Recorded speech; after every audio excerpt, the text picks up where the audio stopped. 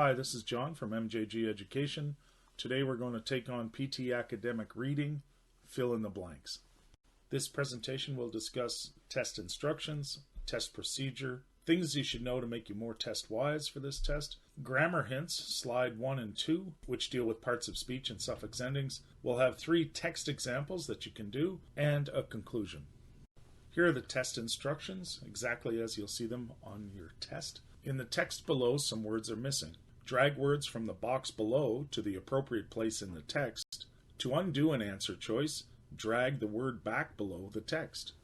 In terms of test procedure, skim the text to find the topic. The topic will help you bring all that background information you have stored from everything you've read to the foreground of your mind. Look at the words around the blank. Try to predict the parts of speech that might logically fit. Is the text using a passive voice? Now that's very important because they always slide this in on you. So you should know the difference between an active and a passive sentence. Try to think of collocations that might fit. Sometimes that helps too. Observe the sentence structure because sometimes there's parallel structures where they repeat within a sentence. And of course there's abstract meanings, so you got to be careful there. Words have more than one meaning. So sometimes it's not the literal sense, it's a secondary meaning that you're looking for. Here are some things you should know to make you more test-wise for this task. There will be 4 or 5 fill-in-the-blank questions on this test. This is the second highest score, 16 to 20 marks. Reading, writing, fill-in-the-blanks is number 1. The text will be up to only 80 words in length, so that's quite short. There'll be 1 point for each correct answer. You should allow yourself maybe 2 minutes to complete this task. Fill-in-the-blanks uses more informal language, more gerunds and figurative language, as opposed to reading, writing, fill-in-the-blanks, where the background to most of the text is science and the language is very formal. The most important differences between formal and informal language can be found at this website listed at the bottom of the page. The best hints you can have to answer these questions correctly for fill-in-the-blanks is probably knowing your parts of speech. For every task you get, fill-in-the-blanks, there'll be this list of words at the bottom of the page. Here, projected, vitality, planned, advocating, end, and heart. Now, if you can recognize the possibilities for these words in terms of their parts of speech, that'll really help you get every answer correct on this test. For example, projected can be an adjective. It has an ed ending. It can be an adjective. It can also be a past participle, so used with a verb. Projected, he projected himself into the future, if you want. It could also be used as a passive verb form. So here, had been projected. Vitality, you can tell by the ending, ity, that's a noun form. Planned could be used in a similar fashion as with projected. Advocating, interesting word here, ing ending. It can be an adjective with an ing ending, but it can also be a gerund, which is a present participle, which allows you to treat it as a noun. You can also use it as a different verb form, for example with the verb to be, to create present progressive or the present continuous verb tense. End, of course, is just a noun. There's nothing else there. You could use it as a verb form with an ed ending, but you see, you cannot change the ending to the word. All you can do is slide the word into place. So if it says end, it's limited to just being a noun. Heart is a little different, and this is what they do to you all the time. They usually slide a word in there that can have a more figurative meaning. So you know heart to be the muscle in the center of your chest that pumps the blood through your body.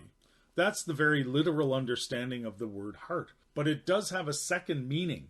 And that second meaning we can call abstract or more metaphorical. But it simply means the center, the heart of the city is a very common analogy used, right?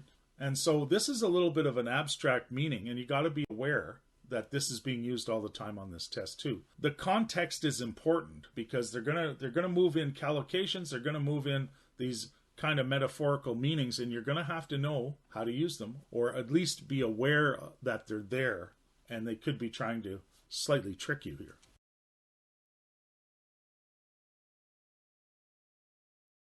Other grammar hints you should be aware of. An adjective can be used in 2 different ways, in front of a noun, or maybe with the verb to be.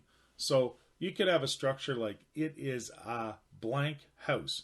Here, the adjective would sit in front of the house. You could use the word big if you like. It is a big house, but that's an adjective in front of a noun. The second form is with the verb to be. It is or they are blank. And here you would insert an adjective as well. Parallel structures are not uncommon to this test. Pearson pulls in from a lot of different genres. So you do see this on your test. For example, here they say, we need to be planning. Okay, that's underlined because that's how they use it there. And then if you read further in the sentence, the employment of the future now, and here's the repetition, we need to be blank. And so when you see that, we call that a parallel structure. If they're going to insert planning, for example, present participle for their answer in the first parallel chunk, in the second part, you'd probably use another present participle for a design that is focused on human interaction. So the idea is that it's parallel and that you're going to use the same part of speech the second time you see a parallel structure like this. Know your suffixes, of course, because these are the endings on the words. And if you know the endings, the suffix endings, they can tell you if the word is a noun, a verb, an adjective, etc. Okay, so this is very important. There'll be examples on the next slide. Finally, pay attention to the context or the way the words are used. It'll help you maybe settle your secondary or that more abstract meaning. Remember, we use the example of a heart, which literally means the muscle pumping blood in the center of your chest. But that word has a secondary meaning, and we used it as in the heart of the city. And that's the type of abstract meaning or secondary meaning that you're going to come across all the time on this part of the test. So be aware of the context, always.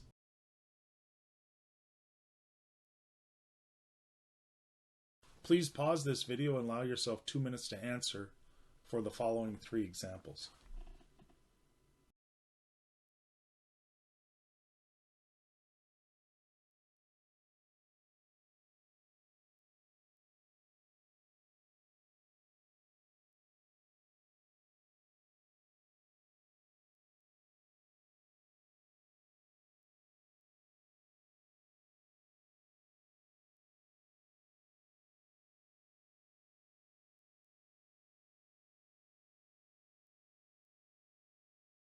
I hope this presentation was helpful. In conclusion, you might want to remember it's most important to be well read to do well on this task. So read a lot, and that'll help you. Being able to recognize suffix endings and parts of speech can help correctly place words in the blanks as well. So very important, those 2 things. Brush up on your suffixes and parts of speech. Also, understanding the context that particular words are used in will help you identify abstract or secondary meaning usage. We'd love to see you for a tutorial at MJG Education. Please subscribe to this video. Best wishes in the future. You can follow MJG Education on LinkedIn, Facebook, Twitter, Instagram, or Tumblr. We'll be updating that constantly, as with our homepage. We specialize in tutorials for the time being, as our website is being developed.